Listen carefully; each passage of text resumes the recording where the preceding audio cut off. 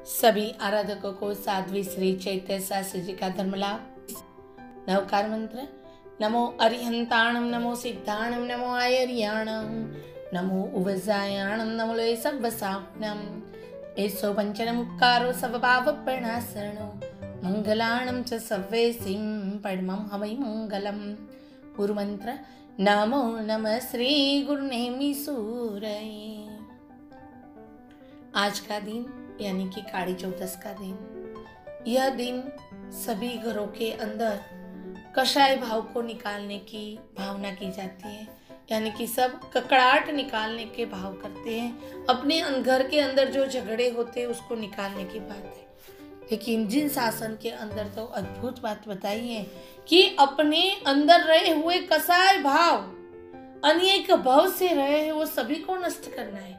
परमात्मा महावीर ने अपने स्वरूप को प्राप्त किया और सभी कषायों को नाश किया, तो सभी श्रावक श्राविकाओं को आज पुरुषार्थ करना है। प्रभु महावीर ने छठ की आराधना, छठ का तप किया था और सभी श्रावक श्राविका छठ का तप करके परमात्मा की याद में उनके देववंदन और जाप करते हैं। देखिए, आज 14 है और दीपावली, ये दोनों पर्व ऐसे जुड़े हुए हैं कि सिर्फ और सिर्फ प्रभु महावीर की याद दिलाते हैं, प्रभु के अंतिम शब्द की याद दिलाते हैं। परमात्मा जब संवत्सरण में देशना दे रहे थे, अंतिम देशना चल रही थी उनकी, वो कर्म विपाक के फल, पुण्य के विपाक और पाप के विपाक का सब बता रहे थे। तब पुण्यपाल राजा वही सभा में खड़े हो गए और प्रभु को कहा, हे प्रभु, आज रात को मैंने 8 स्वप्न देखे हैं और वह स्वप्न देख के मैं बहुत ही डर गया हूँ। परमात्मा ने कहा, आपने जो स्वप्न देखे हैं वो आपके लिए नहीं है, लेकिन समग्र जिन शासन पे उसकी इफेक्ट होगी, उसका फलादेश है। फिर एक एक स्वप्न का वर्णन करते हैं। उसके अंदर प्रथम स्वप्न हाथी देखा है, लेकिन हाथी भी कैसा, तो उसे जीर्णशाला में से नूतन शाला में लेके जा रहे, लेकिन वो तैयार नहीं हो रहा है। दूसरे स्वप्न में बंदर देखा है।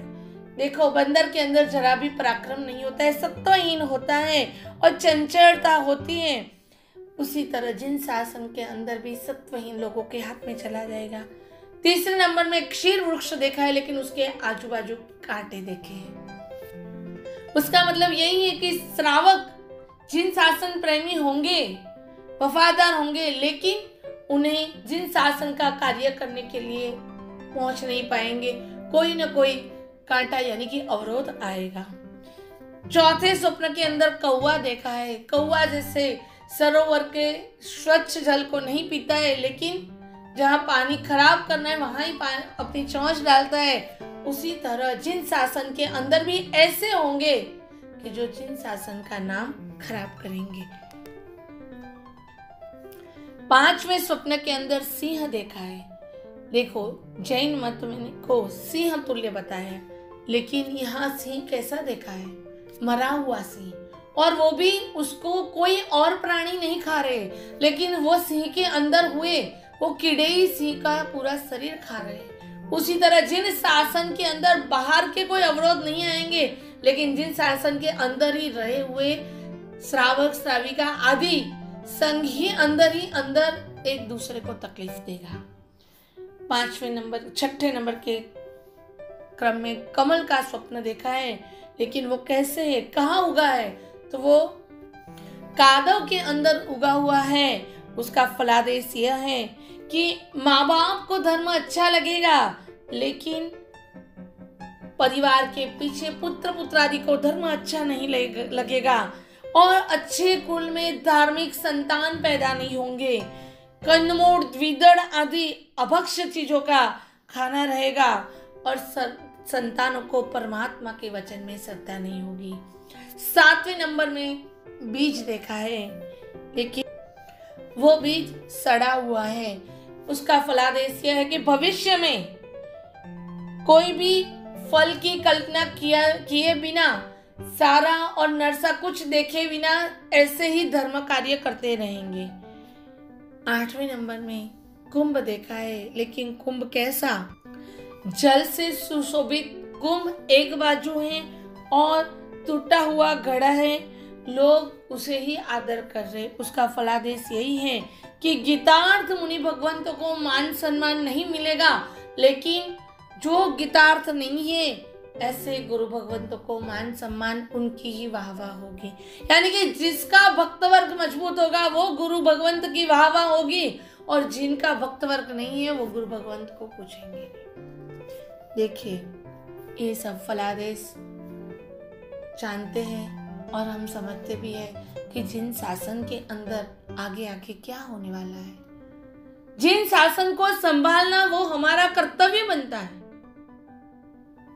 पुण्यपाल राजा ने जो स्वप्न देखे उसका फलादेश अभी हम देख रहे कि जिन शासन की हालत क्या है, जिन शासन के लिए खुमारी कितनी है।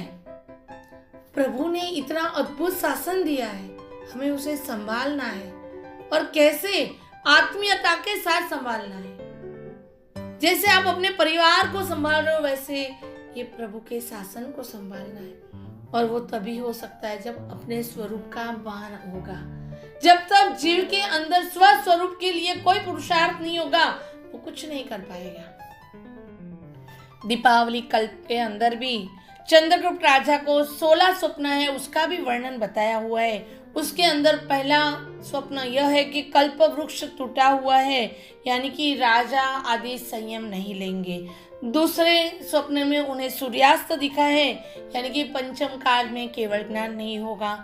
तीसरे स्वप्न के अंदर उन्होंने पूनम चंद्र भी छिद्र से भरा हुआ देखा है, यानी कि जिन शासन के अंदर अलग अलग समाचारी होगी। चौथे स्वप्न के अंदर उन्होंने भूतड़े नाचते हुए देखा है, यानी उसका फलादेश यह है कुदेव कुगुरु की मान्यता ज्यादा लोग मानते होंगे। पांचवें स्वप्न में देखा है बार फणा वाला नाग, उसका मतलब है थोड़े थोड़े साल में दुकाळ पड़ेगा। छठे स्वप्न में देखा है चलित विमान, उसका फलादेश यह है कि लब्धि विच्छेद हो जाएगी। सातवें स्वप्न में देखा है कमल कादव में उगा हुआ, उसका फलादेश है मत अलग अलग रहेंगे। आठवें स्वप्न ने देखा है कि आज्ञा उद्युत करता है, यानी कि जैन धर्म का मिथ्यात्व गाढ़ रहेगा। नौवें स्वप्न के अंदर सूखा हुआ सरोवर देखा है, यानी उसका फलादेश से दक्षिण दिशा में धर्म बढ़ेगा। 10वें स्वप्न के अंदर सोने की थाली में दुधपाक पड़ा है और उसको चाटने वाला कुत्ता है, उसका फलादेश यह है कि उच्च लक्ष्मी नीच कूड़ में रहेगी। 11वें स्वप्न में हाथी के ऊपर बंदर, यानी हाथी पर राजा, उसका फलादेश यह है कि हिंदू धर्म नीचे होगा और म्लेच्छों का जोर बढ़ जाएगा। 12वें स्वप्न के अंदर समुद्र मर्यादा तोड़ रहा है, उसका फलादेश यह है कि शिष्य पुत्र पुत्रादि मर्यादा नहीं पालेंगे। 13वें स्वप्न के अंदर समर्थ बढ़त के पीछे वाछड़ा, यानी कि बछड़ा जुड़ा हुआ है, उसका मतलब बच्चा धर्म करेगा लेकिन बूढ़ा हमेशा प्रमाद करेंगे। 14वें स्वप्न के अंदर रत्न है लेकिन वो तेजहीन है, यानी उसका भावार्थ यह रहता है कि साधु साध्वी शुद्धि कम पाल सकेंगे। 15 नंबर का स्वप्न है पोढ़िया पर राजकुमार, उसका मतलब है जैन धर्म राजा नीच धर्म को आराधेंगे। 16वें नंबर के स्वप्न में है 2 हाथी परस्पर लड़ रहे हैं, यानी जिन शासन के अंदर भी अलग अलग मत के कारण सभी लड़ते रहेंगे। देखिए, ये स्वप्न का फलादेश भी जबरदस्त है। हमें जिन शासन के अंदर बहुत ही जागृति लानी है। ये सब फलादेश शास्त्र के अंदर बताए हैं, उसके आधार पे थोड़ा थोड़ा असर अभी दिख ही रहा है।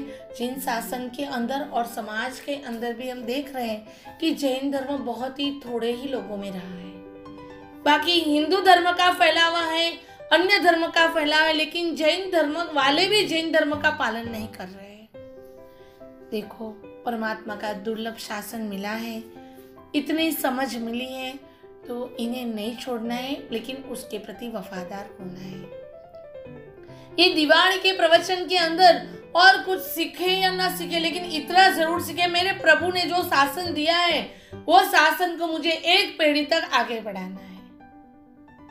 आपके पिता ने पूजा प्रतिक्रमण आदि किया, तो आप वो करके आपके पुत्रों तक वो दीजिए। कैसे चलेगा प्रभु महावीर का शासन? सभी मिलके एक साथ जिन शासन के लिए पुरुषार्थ करेंगे, तो जिन शासन में प्रभु महावीर का जो नाम है वो विश्व तक पहुंचा सकेंगे। देखो, अपने भाव नबड़े रहेंगे तो सब कुछ नबड़ाई आएगा।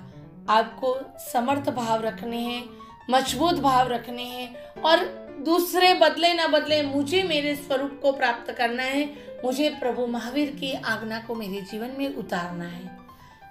प्रभु ने कहा है राग और द्वेष से मुक्त रहो, बस इतना सा भी आपके जीवन में अप्लाई करना शुरू कर दो, ये काली चौदस आपके लिए स्वरूप चौदस हो जाएगी। कोई कसाई भाव नहीं करना है, मुझे जो भी कसाई भाव हो रहे हैं उससे दूर निकल जाना है, अपने अंदर के भावों को शुद्ध करना है।